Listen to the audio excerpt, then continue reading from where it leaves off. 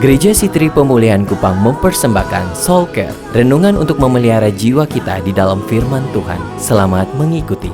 Karena itu, aku senang dan rela. Dia pakai dua kata yang menarik dalam bahasa Indonesia. Orang senang belum tentu rela. Orang rela juga belum tentu senang. Rela dan senang ini perlu jalan sama-sama. Kalau hanya senang saja belum tentu rela. Tapi Paulus bilang, saya senang, saya rela. Di dalam kelemahan, di dalam siksaan, di dalam kesukaran, di dalam penganiayaan, di dalam kesesakan oleh karena Kristus. Paulus ingin saudara garis bawahi itu. Dia senang dan rela dalam kelemahan, siksaan, kesukaran, aniaya, bukan karena dosa dan bukan karena dunia, tapi karena ikut Kristus, karena melayani, karena cinta Tuhan, karena beribadah. Karena di kantor yang kau bilang saya ikut Yesus, dan hari Minggu saya harus beribadah, hari Sabtu saya harus doa puasa. Kalau ada aniaya, kalau ada masalah yang harus saya tanggung dari keputusan itu, karena Kristus saya senang dan rela. Itu dia. Saya senang dan rela ada dalam konteks-konteks di mana saya ambil resiko demi Kristus. Dan kalau saya berani ambil resiko demi Kristus, Paulus bilang justru di situ kuasa Allah bekerja. Justru di situ dia bela perkara saya. Justru di situ dia ambil alih. Justru di situ dia terlibat. Justru di situ dia buat dan dia membalikan keadaan. Justru di dalam kelemahanku itulah kuasanya makin terlihat. Bagaimana bisa lemah tapi kuat? Saudara tahu, saudara sudah dengar dari awal, Paulus sedang tidak bilang kuat datang dari dia. Kuat karena ada anugerah yang memeluk dia.